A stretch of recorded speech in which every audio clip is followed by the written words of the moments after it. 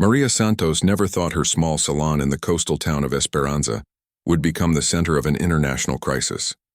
Every morning for the past 8 years, she opened her doors at 9 sharp, swept the floor, and prepared for another day of cutting hair and listening to the local gossip. Her salon sat on the main street, with faded blue walls and 2 old chairs that had seen better days. On this particular Tuesday morning, Maria was trimming Mrs. Rodriguez's gray hair when she first heard the distant rumble. At first, she thought it was thunder rolling in from the ocean. The weather had been unpredictable lately, with dark clouds gathering on the horizon. But the sound was different somehow, deeper and more mechanical than any storm she had ever heard. Mrs. Rodriguez paused mid-sentence in her story about her grandson's soccer match. Both women looked toward the window, their faces creased with concern.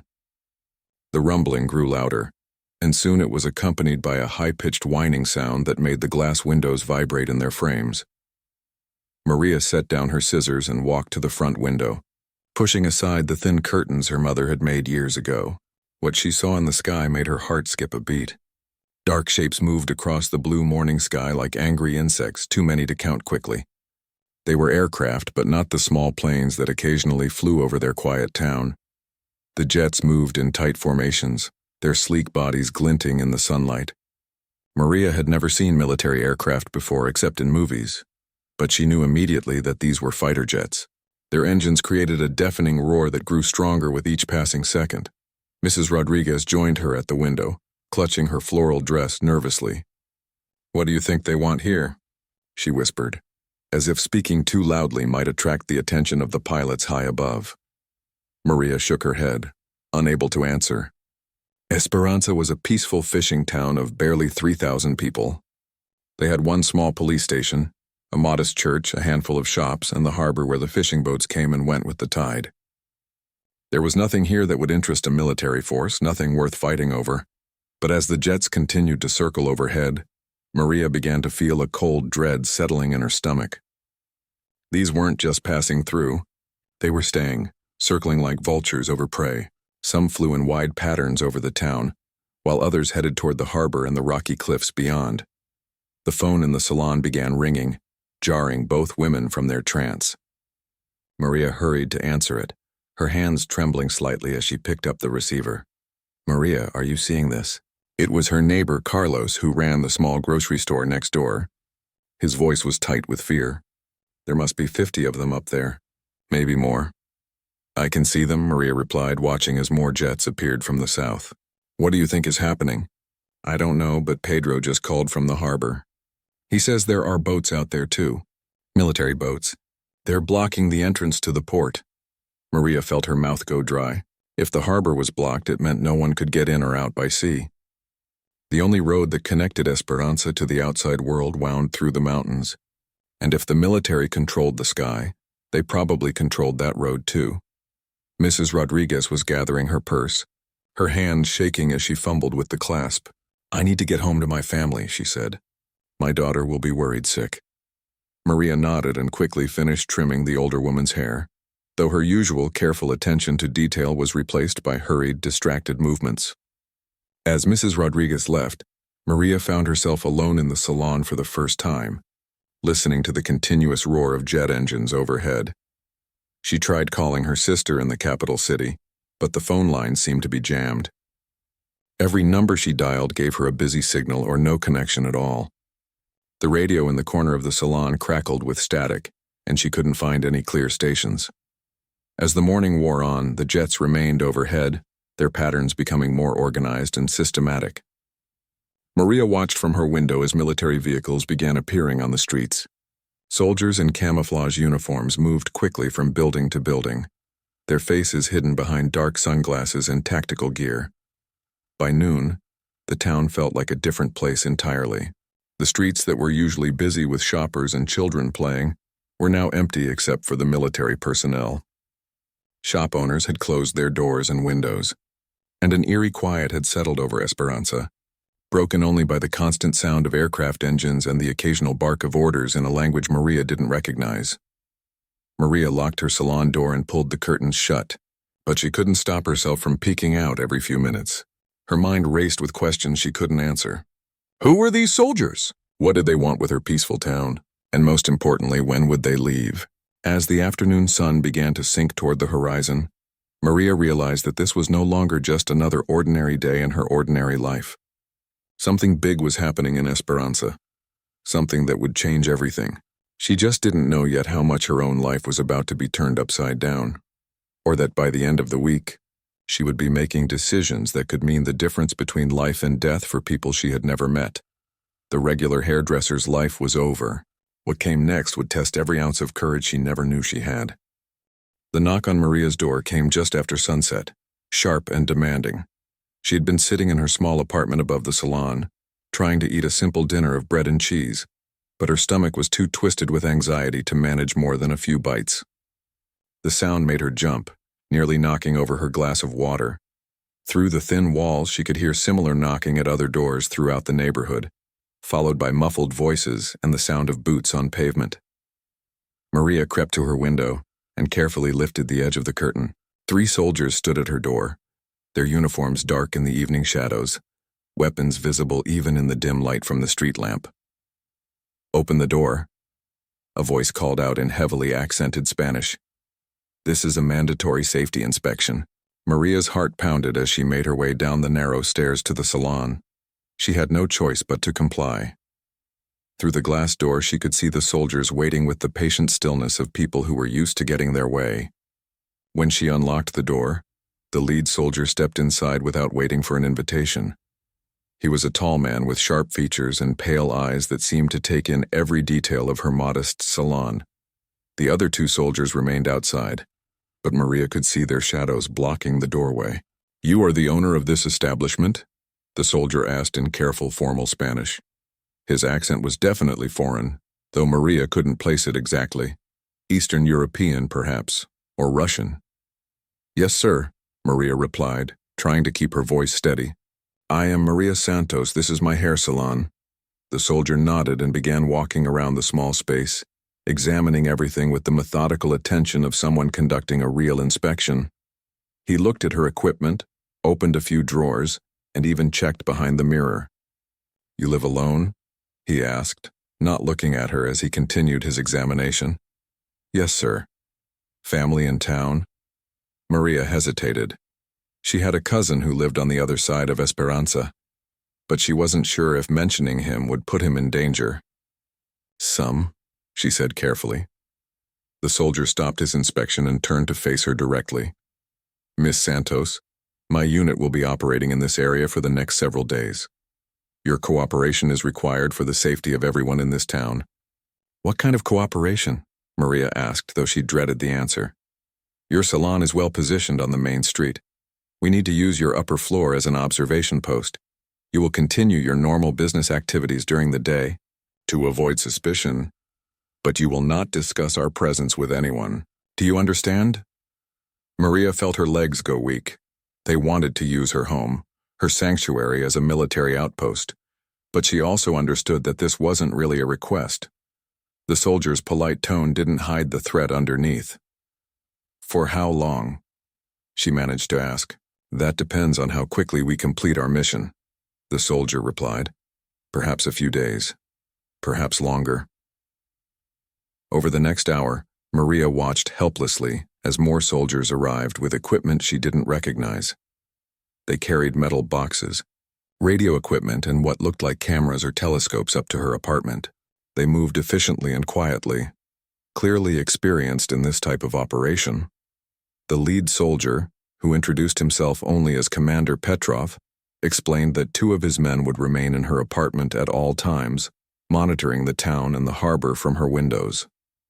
Maria would be allowed to sleep in her own bed, but she would not be permitted to leave the building without escort. "What about my customers?" Maria asked. "If I don't open the salon tomorrow, people will ask questions." "You will open as usual," Petrov said. "You will cut hair and act normally. If anyone asks about aircraft or military activity, you will say you don't know anything. If anyone becomes too curious or suspicious, you will inform us immediately." That first night, Maria barely slept. She could hear the soldiers moving around in her apartment, speaking in low voices in their foreign language. The sound of radio static and muffled conversations drifted through the thin ceiling. Every few hours, she heard the roar of jets overhead, sometimes so low that her windows rattled. When morning came, Maria forced herself to go through her normal routine. She unlocked the salon, swept the floor, and arranged her tools, all while trying to pretend that there weren't armed soldiers just one floor above her head. Her first customer was Elena Vasquez, a young mother who came in every 2 weeks for a trim. Elena seemed nervous, glancing frequently at the ceiling whenever there was a sound from upstairs. "Are you feeling all right, Maria?" Elena asked as Maria began washing her hair. "You seem tense." "Just tired," Maria replied, forcing a smile. "The noise from all those planes yesterday kept me awake." "My husband thinks they're doing some kind of military exercise," Elena said. "But why here? Why in Esperanza?" Maria focused on her work, trying to keep her hands steady as she cut Elena's hair. "I'm sure it's nothing to worry about," she said, the lie bitter on her tongue. But as the day continued, Maria began to notice things that made her increasingly uneasy. The soldiers upstairs seemed particularly interested in watching the harbor and the road that led to the lighthouse on the eastern cliff. They had powerful binoculars and cameras with long lenses, and she could hear them reporting regular observations over their radio. During her lunch break, Maria glimpsed one of the soldiers at her window, speaking urgently into a handheld radio. She caught only a few words, but what she heard made her blood run cold. Target secured and extraction point confirmed. It was then that Maria began to understand she wasn't just an unwilling host to foreign soldiers. She was being used as part of an operation that involved capturing someone or something. The pieces began falling into place. The systematic way the jets had surrounded the town, the blocking of the harbor, the careful observation of specific locations.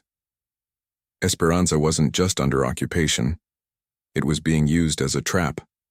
And Maria, the regular hairdresser who just wanted to live quietly and cut hair, was now an unwilling participant in whatever dangerous game was being played. She had no idea yet that the targets the soldiers were discussing weren't enemy combatants or criminals, but a team of Navy SEALs who had been captured during a covert mission and were being held somewhere in the area. As evening approached and Maria locked up her salon for the second day under occupation, she realized that her simple life was gone forever. She was now living in the middle of an international incident, and any wrong move could have consequences she couldn't even imagine. The knock on Maria's door came just after sunset, sharp and demanding.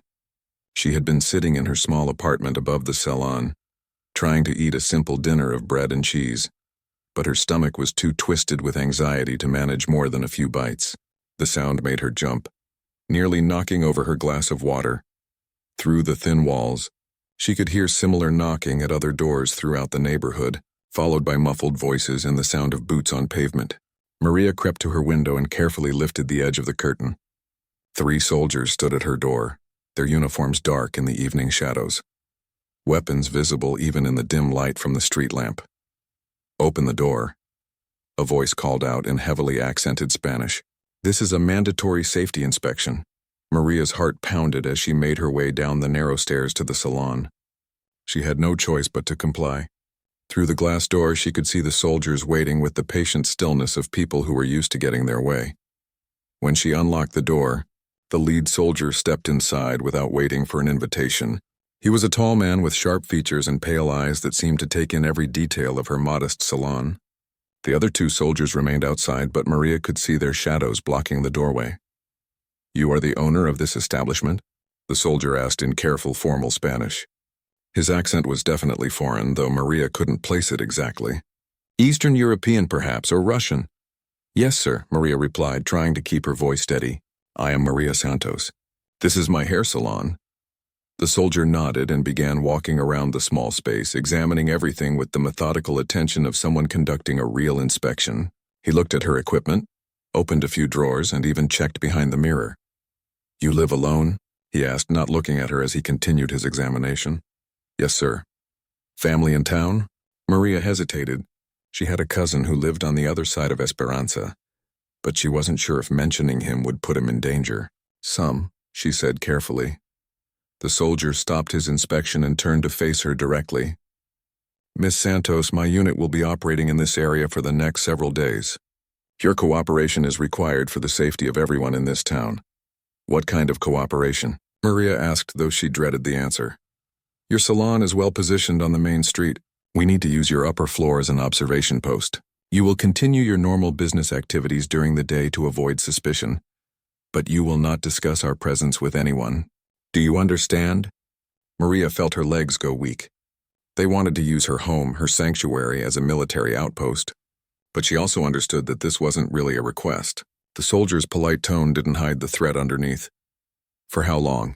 She managed to ask. That depends on how quickly we complete our mission, the soldier replied. Perhaps a few days. Perhaps longer. Over the next hour, Maria watched helplessly as more soldiers arrived with equipment she didn't recognize. They carried metal boxes, radio equipment, and what looked like cameras or telescopes up to her apartment. They moved efficiently and quietly, clearly experienced in this type of operation. The lead soldier, who introduced himself only as Commander Petrov, explained that 2 of his men would remain in her apartment at all times, monitoring the town and the harbor from her windows. Maria would be allowed to sleep in her own bed, but she would not be permitted to leave the building without escort. What about my customers? Maria asked. If I don't open the salon tomorrow, people will ask questions. You will open as usual, Petrov said. You will cut hair and act normally. If anyone asks about aircraft or military activity, you will say you don't know anything. If anyone becomes too curious or suspicious, you will inform us immediately. That first night, Maria barely slept. She could hear the soldiers moving around in her apartment, speaking in low voices in their foreign language. The sound of radio static and muffled conversations drifted through the thin ceiling. Every few hours, she heard the roar of jets overhead, sometimes so low that her windows rattled. When morning came, Maria forced herself to go through her normal routine. She unlocked the salon, swept the floor, and arranged her tools, all while trying to pretend that there weren't armed soldiers just 1 floor above her head. Her first customer was Elena Vasquez, a young mother who came in every 2 weeks for a trim. Elena seemed nervous, glancing frequently at the ceiling whenever there was a sound from upstairs. Are you feeling all right, Maria? Elena asked as Maria began washing her hair. You seem tense. Just tired, Maria replied, forcing a smile. The noise from all those planes yesterday kept me awake. My husband thinks they're doing some kind of military exercise, Elena said. But why here? Why in Esperanza? Maria focused on her work, trying to keep her hands steady as she cut Elena's hair. I'm sure it's nothing to worry about, she said, the lie bitter on her tongue. But as the day continued, Maria began to notice things that made her increasingly uneasy. The soldiers upstairs seemed particularly interested in watching the harbor and the road that led to the lighthouse on the eastern cliff. They had powerful binoculars and cameras with long lenses, and she could hear them reporting regular observations over their radio. During her lunch break, Maria glimpsed one of the soldiers at her window, speaking urgently into a handheld radio. She caught only a few words, but what she heard made her blood run cold. Target secured and extraction point confirmed. It was then that Maria began to understand she wasn't just an unwilling host to foreign soldiers. She was being used as part of an operation that involved capturing someone or something. The pieces began falling into place. The systematic way the jets had surrounded the town, the blocking of the harbor, the careful observation of specific locations. Esperanza wasn't just under occupation. It was being used as a trap, and Maria, the regular hairdresser who just wanted to live quietly and cut hair, was now an unwilling participant in whatever dangerous game was being played. She had no idea yet that the targets the soldiers were discussing weren't enemy combatants or criminals, but a team of Navy SEALs who had been captured during a covert mission and were being held somewhere in the area. As evening approached and Maria locked up her salon for the second day under occupation, she realized that her simple life was gone forever. She was now living in the middle of an international incident, and any wrong move could have consequences she couldn't even imagine. Maria's hands trembled as she cut the hair of her afternoon customer, Mrs. Delgado, trying to act natural while Commander Petrov paced behind her like a caged animal. He had returned from his supply run with suspicious eyes and pointed questions about where she had been during the morning. I stepped out to get some milk from Carlos next door, Maria had lied, gesturing toward the grocery store. I left a note on the door. But Petrov wasn't buying it entirely. She could feel his cold gaze following her every movement as she worked. The atmosphere in the salon had changed from tense cooperation to barely concealed hostility. That evening, as Maria was cleaning up her equipment, a new customer pushed through the front door just as she was about to lock up. It was a man she had never seen before, wearing the clothes of a local fisherman but carrying himself with a military bearing that immediately caught her attention. "Are you still open?" he asked in Spanish, though she detected a slight American accent underneath. Maria glanced nervously toward the ceiling, where she knew the soldiers were listening. "Of course," she said. "Just a quick trim?" The man nodded and sat in her chair. As Maria draped the cape around his shoulders, he leaned forward slightly and spoke in a voice so low she could barely hear him. "My name is Lieutenant Commander James Mitchell, U.S. Navy Intelligence. I know you've been to the lighthouse." Maria's blood ran cold. She continued cutting his hair with shaking hands, trying not to show any reaction. "I don't know what you mean," she whispered. "6 of my men are being held there," Mitchell continued in the same barely audible tone. "SEAL team operators. They were captured during a reconnaissance mission. I'm here to get them out, but I need local help." Maria's mind raced. This man was either exactly who he claimed to be, or he was a trap set by Petrov to test her loyalty.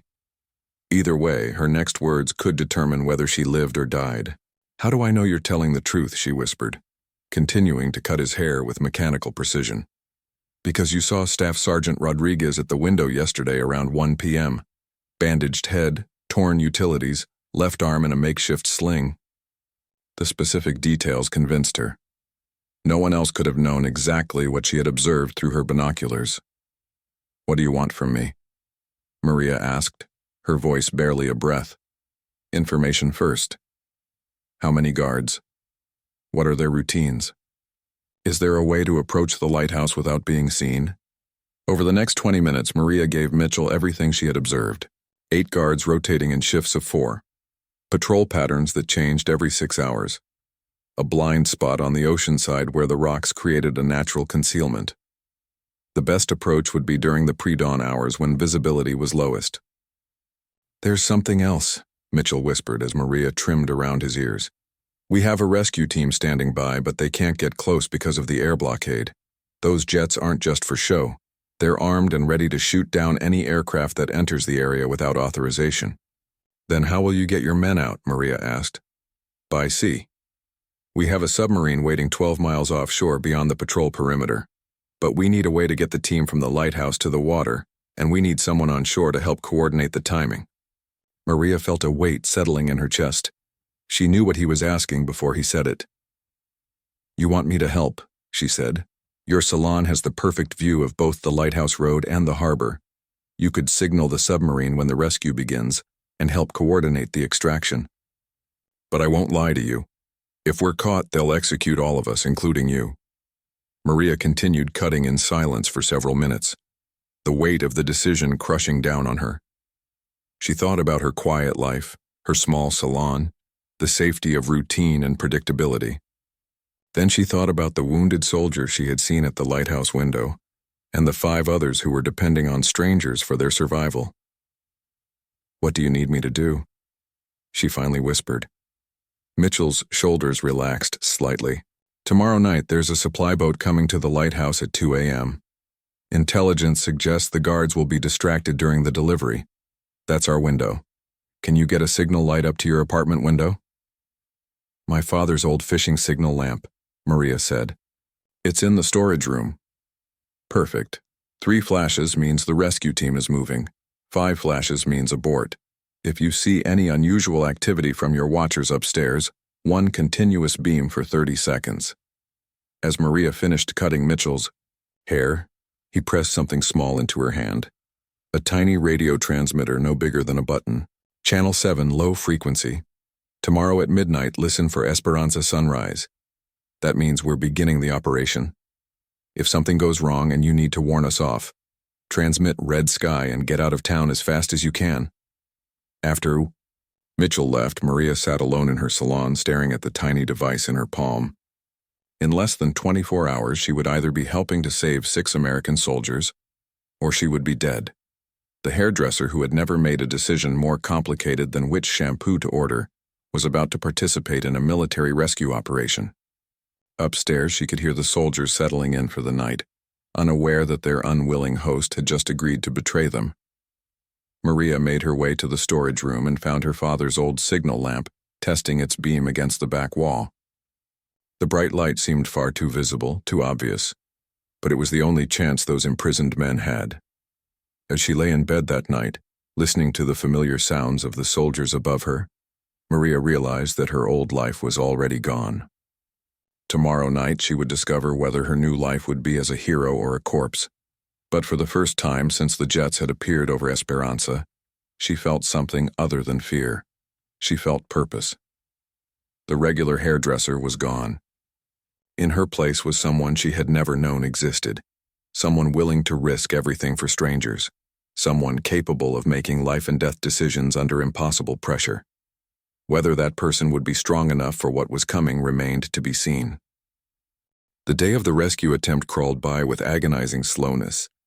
Maria cut hair with mechanical precision, smiled at customers with a face that felt like a mask, and tried to ignore the feeling that Commander Petrov was watching her more closely than ever. Every time she glanced at the clock, the hand seemed to have barely moved. At 6 p.m., disaster struck. "Pack your things," Petrov announced as he came down from the apartment. "We're moving operations." Maria's heart nearly stopped. "Moving? Why?" "Our mission parameters have changed. We'll be relocating to a more secure facility tonight." The timing couldn't have been worse. In 8 hours, Lieutenant Commander Mitchell and his team would be moving against the lighthouse, expecting her signal coordination. If she wasn't here, the entire operation would be blind. "Where are we going?" Maria asked, trying to keep the panic out of her voice. "That's not your concern," Petrov replied curtly. "You have 30 minutes to gather your essentials." As Maria climbed the stairs to her apartment, her mind raced desperately for a solution. The tiny radio transmitter was hidden in her jewelry box, but she couldn't risk taking it with her. If Petrov's men searched her belongings and found it, she would be executed immediately. She had to warn Mitchell somehow. Maria quickly gathered some clothes and toiletries, but as she moved around her apartment, she managed to slip the transmitter into her hand. Under the pretense of closing her bedroom window, she leaned out and dropped the small device into the flower box outside. It was a desperate gambit, but it was the only way to keep it from being discovered. 20 minutes later, Maria found herself in the back of a military truck, bouncing along the mountain road that led away from Esperanza. Petrov and 3 other soldiers accompanied her, while 2 more followed in a second vehicle. They were heading toward an old mining facility in the hills, a place that had been abandoned for decades. As they drove through the darkness, Maria stared back toward the town, watching the lights of Esperanza disappear behind them. Somewhere down there, Mitchell was preparing for a rescue operation that was now doomed to fail. The American SEALs would remain prisoners, and Maria would be powerless to help them. The mining facility turned out to be a cluster of concrete buildings built into the side of a mountain, connected by narrow tunnels and equipped with its own power generator. It was even more isolated than her salon, with no view of the town or the ocean, and no way to communicate with the outside world. "You'll be staying here until our operation is complete," Petrov explained as they entered what had once been the facility's office building. It shouldn't be more than a few days, but Maria could see in his eyes that he didn't expect her to leave this place alive. She was now a liability, someone who had seen too much and could potentially identify foreign operatives. Once their mission was finished, she would simply disappear. Meanwhile, back in Esperanza, Lieutenant Commander Mitchell was discovering that his carefully laid plans were falling apart. At exactly midnight, he had positioned himself with a clear view of Maria's apartment window, waiting for her signal. But the window remained dark. At 12:30, he tried the radio frequency she had been given, but there was no response. Mitchell realized something had gone wrong, but he faced an impossible decision.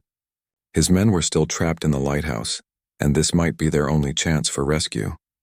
The supply boat was still scheduled to arrive at 2 a.m., creating the distraction they needed. Should he proceed without ground support or abort and hope for another opportunity that might never come? At 1:15 a.m., Mitchell made his choice. The mission would continue. Using night vision equipment and following the route Maria had described, Mitchell and two other operatives made their way along the coastal rocks toward the lighthouse. The approach was even more treacherous than anticipated, with loose stones and crashing waves making every step dangerous. They reached the blind spot Maria had identified just as the supply boat arrived at the small dock below the lighthouse. As predicted, half the guards moved down to help unload supplies, leaving only 4 men at the facility itself. Mitchell's team moved quickly but quietly, using specialized equipment to scale the lighthouse wall. They had practiced this type of operation countless times, but never under such desperate circumstances, and never without proper intelligence support. Inside the keeper's house, they found the 6 captured SEALs in worse condition than expected. Staff Sergeant Rodriguez had developed an infection from his head wound, and 2 others showed signs of serious dehydration. All of them had been interrogated repeatedly and showed the physical signs of rough treatment. "Can you move?" Mitchell whispered to the senior prisoner, Chief Petty Officer Williams. "We can move," Williams replied grimly. "Just get us out of here." But as they prepared to evacuate the prisoners, everything went wrong at once. A guard returning early from the supply detail spotted movement at one of the windows. His shout of alarm brought the other guards running, and suddenly the lighthouse was flooded with searchlights and automatic weapons fire. Mitchell's team found themselves pinned down inside the keeper's house, surrounded by hostile forces with 6 wounded prisoners who could barely walk. The submarine waiting offshore had no way of knowing the situation had deteriorated, and without Maria's coordination, there was no way to call for help or signal for extraction. As bullets shattered the windows around them and the lighthouse grounds filled with enemy soldiers, Mitchell realized they had walked into a trap.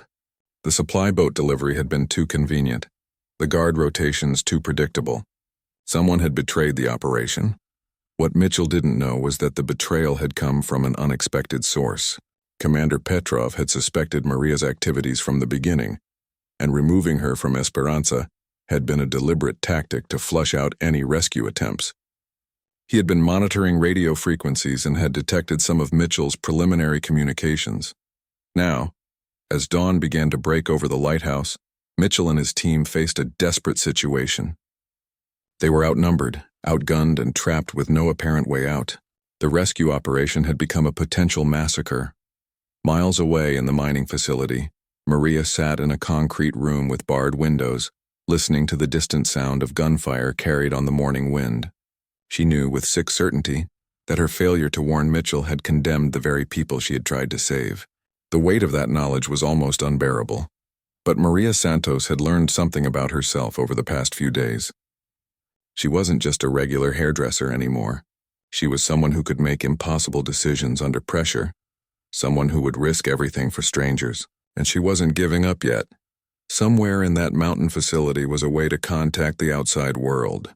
All she had to do was find it, survive long enough to use it, and figure out how to turn a disaster into a rescue.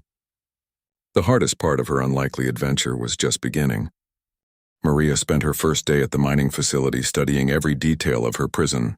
The concrete walls were thick, the windows were barred, and 2 guards rotated shifts outside her door every 6 hours. But Maria had grown up hearing her father's stories about the old mines, and she knew things about these facilities that her captors probably didn't. The key was the ventilation system. The old mines had required extensive air circulation to prevent toxic gas buildup, and the concrete buildings had been connected by a network of air shafts and maintenance tunnels. If the original construction drawings her father had once shown her were accurate, there should be access panels hidden behind the newer wall installations. On her second night, while the guards were changing shifts, Maria used a nail file from her toiletry kit to work at the grout around a concrete panel near the floor. The work was slow and quiet, but after 2 hours, she had loosened enough material to pull the panel away from the wall. Behind it, exactly as she had hoped, was an air shaft wide enough for a person to crawl through. Maria spent the rest of that night exploring the shaft system, moving as quietly as she could through the dusty, narrow spaces. The facility was larger than it had appeared from outside, with multiple levels built into the mountainside. Most importantly, She discovered that the building housing Petrov's command center had its own shaft system, and she could actually hear conversations through the thin, metal walls of the air ducts.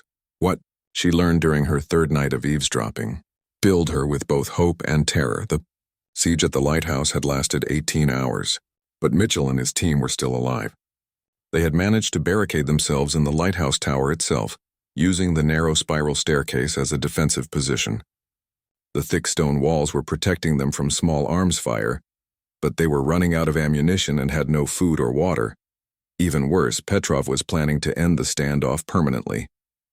Maria heard him coordinating with his superiors about bringing in heavy weapons that would simply blow up the lighthouse with everyone inside. The order would come through in less than 12 hours. But Maria also learned something that gave her a desperate idea.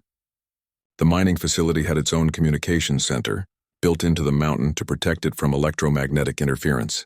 It was heavily guarded, but it had direct satellite links that could reach anywhere in the world, including U.S. military command centers. If she could somehow get to that communications center and send a message, she might be able to bring in real rescue forces. The problem was that the center was 3 levels down from her position, guarded by at least 4 soldiers, and protected by electronic locks that she had no idea how to bypass. That's when Maria remembered something her nephew Carlos had told her about his job as an electrician.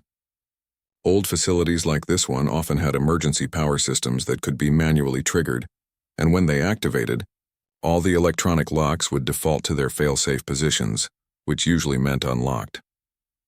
The emergency power controls were located in the facility's main power room, which Maria had located during her shaft explorations.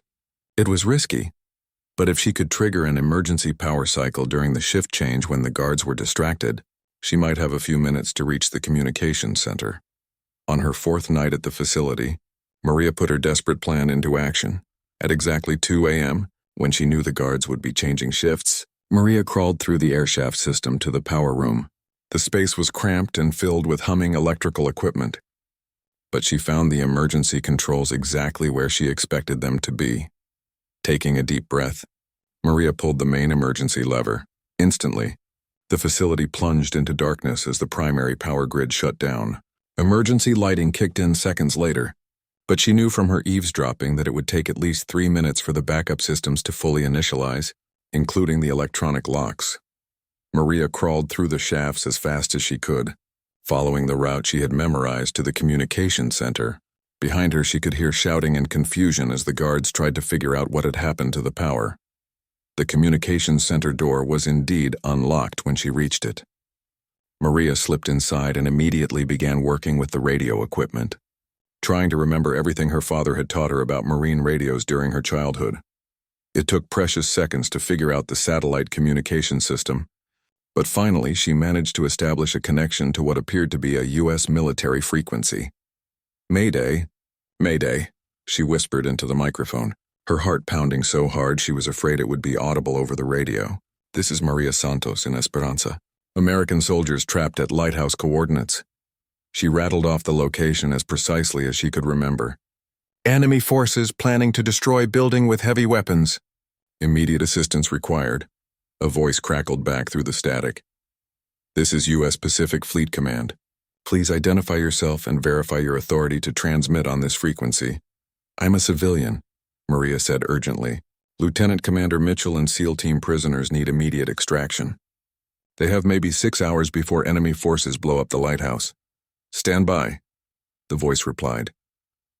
Maria could hear footsteps in the corridor outside. The guards had discovered the power failure wasn't accidental and were beginning a systematic search of the facility. "Listen carefully," the military voice came back. "Can you provide detailed intelligence on enemy positions and capabilities?" Over the next 2 minutes, Maria rapidly transmitted everything she had observed and overheard: the number of enemy aircraft, their base locations, the guard rotations at the lighthouse, and most importantly, Petrov's plan to use heavy weapons at dawn. Just as she finished, the door to the communications room burst open. "Step away from the radio," Petrov commanded, his weapon trained on her. Maria raised her hands, but she had accomplished what she came to do. Somewhere in the Pacific, U.S. military forces were now aware of the situation and hopefully mobilizing a response. "You have been busy, Miss Santos," Petrov said coldly. much more resourceful than a simple hairdresser should be. "I'm just trying to save lives," Maria replied, surprised by the steadiness of her own voice. "Yes, but whose lives?" Petrov asked. "You may have just started a war." As Petrov's soldiers restrained her, Maria realized he might be right. Her desperate radio call had certainly escalated the situation far beyond a simple rescue operation. But as she was dragged back to her cell, she also realized something else. She didn't regret it. The regular hairdresser who had worried about pleasing customers and paying rent was completely gone. In her place was someone who would risk international incidents to save strangers. Someone who could crawl through air shafts and operate military communications equipment under pressure. Whether that transformation would ultimately save lives or cost them remained to be seen. But as dawn approached and the sound of approaching aircraft began to fill the sky, aircraft that sounded different from the enemy jets that had been circling, for days, Maria allowed herself to hope that her desperate gambit might actually work. The final confrontation was about to begin, and for the first time since this nightmare started, the enemy forces weren't the only ones with air power. The sound that woke Maria at 5 a.m. was unlike anything she had ever heard. It wasn't the familiar roar of the enemy jets that had circled Esperanza for days, but something deeper, more powerful and coming from multiple directions at once. Through the barred window of her cell, she could see streaks of light cutting across the pre-dawn sky. American fighter jets, their engines screaming as they engaged the enemy aircraft in aerial combat, high above the mountains. The battle she had helped trigger was finally beginning. Commander Petrov burst into her cell, his face twisted with rage and desperation. "What have you done?" he shouted. "Do you have any idea what you've started?" Maria stood up slowly, meeting his furious gaze with surprising calm. "I saved some lives," she said. "That's all I wanted to do." "You've doomed us all," Petrov snarled. "American forces are attacking a sovereign military operation. This could escalate into a full international conflict." Through the concrete walls they could hear explosions in the distance and the rattle of automatic weapons fire. The rescue operation had become a full-scale military engagement, with both sides committed to a fight that neither had originally wanted. Petrov grabbed Maria's arm roughly. "You're coming with me. If this goes badly, you're my insurance policy." As they moved through the facility's corridors, Maria could see that Petrov's men were in full combat mode, preparing defensive positions and coordinating with their forces at other locations. Radio chatter filled the air in multiple languages, and the organized military operation was rapidly becoming desperate chaos. But through one of the radio conversations, Maria caught fragments of information that made her heart leap with hope. The lighthouse siege had been broken. American forces had successfully extracted Mitchell and the captured SEALs, though several men on both sides had been wounded in the process. The sound of approaching helicopters grew louder, and Petrov's radio crackled with urgent reports of American ground forces moving into the area. The mining facility, which had seemed like an impregnable fortress just hours earlier, was now a trap for its own defenders. "Sir," one of Petrov's soldiers reported breathlessly, "American special forces have surrounded the facility. They're demanding our surrender." Petrov looked at Maria with cold calculation. "Tell them we have a civilian hostage, an innocent local woman. If they attack, she dies." Maria felt a moment of pure terror, but it was quickly replaced by something else: anger. After everything she had been through, after all the courage she had discovered within herself, she refused to be used as a human shield by the people who had destroyed her peaceful life. "No," she said firmly. Petrov stared at her in disbelief. "What did you say?" "I said no." Maria's voice grew stronger with each word. "I won't be your hostage. I won't be your excuse to hurt more people." Before Petrov could react, Maria did something that surprised even herself. She broke free from his grip and ran toward the facility's main entrance, shouting at the top of her lungs in English, "I'm Maria Santos. I'm the one who called for help. I'm coming out." Petrov raised his weapon, but the sound of approaching American forces made him hesitate. Killing Maria now would only make his situation worse, and he knew it. Maria reached the main door and pushed it open, stepping out into the gray dawn light with her hands raised high above her head. The sight that greeted her was like something from a movie. Dozens of American soldiers in full combat gear positioned behind vehicles and rocks, all with their weapons trained on the facility. "Don't shoot," Maria called out. "I'm Maria Santos. I'm the civilian who radioed for help." A soldier with sergeant's stripes moved forward cautiously, his rifle still ready but pointed down. "Ma'am, we're going to need you to walk toward us very slowly."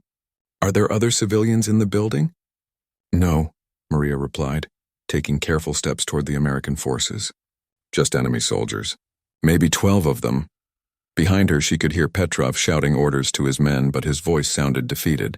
The facility was surrounded, his air support had been neutralized, and his hostage had just walked away from him. The extraction happened quickly after that. Faced with overwhelming force and no viable escape route, Petrov's remaining soldiers surrendered without further bloodshed. The international incident that Maria had feared would escalate into a war ended instead, with a negotiated prisoner exchange and a carefully worded diplomatic statement about unauthorized military activities. 3 days later, Maria found herself sitting in the back seat of a U.S. military transport vehicle, being driven back to Esperanza for the first time since her capture. The town looked almost normal from a distance, but she could see the damage that the occupation had left behind. Broken windows, military equipment scattered around the harbor, and the visible signs of a community that had been traumatized by events beyond their control. Lieutenant Commander Mitchell was waiting for her at the salon, along with Chief Petty Officer Williams and 2 other members of the SEAL team she had helped rescue. They stood up when she entered, and Williams stepped forward with a formal bearing that didn't quite hide his emotion. "Ma'am," he said, "on behalf of the United States Navy and the men whose lives you saved, thank you. What you did required courage that most trained soldiers never have to demonstrate." Maria looked around her salon, at the overturned chairs, the broken mirror, the scattered hair clippings that no one had bothered to sweep up. Her old life was scattered on the floor like debris from a storm. "I wasn't trying to be courageous," she said quietly. "I was just trying to do the right thing." "That's exactly what courage is," Mitchell replied. "The willingness to do what's right when it's easier to do nothing." Over the following weeks, as Esperanza slowly returned to normal and Maria rebuilt her salon, she often thought about those words. The regular hairdresser she had been would never have believed she could crawl through air shafts, operate military radios, or stare down armed soldiers. But all of those capabilities had been inside her all along, waiting for the right moment to emerge. The town gradually healed from its ordeal, though certain things never returned to the way they had been. Maria's salon became a gathering place for people to share their stories and support each other through the aftermath of trauma. She cut hair and listened to customers just as she always had, but now she did it with the quiet confidence of someone who had faced the worst possible circumstances and discovered she was stronger than she had ever imagined. 6 months later, Maria received a letter from the U.S. Department of Defense, officially recognizing her actions and offering her American citizenship if she ever wanted to relocate. She read the letter twice, smiled, and filed it away in her desk drawer. Esperanza was her home, her salon was her life's work, and her customers were her community. She had learned that she could be brave when necessary, but she had also learned that there was profound courage in simply returning to the ordinary work of living with kindness and purpose. The hairdresser who had once been just regular now knew better. There was no such thing as just regular people, only people who hadn't yet discovered what they were capable of when everything depended on their choice to act. And in her small salon on the main street of Esperanza, Maria Santos continued to cut hair, listen to stories, and quietly embody the truth that heroes are made not from special powers or training, but from the simple decision to help when help is needed, no matter the cost.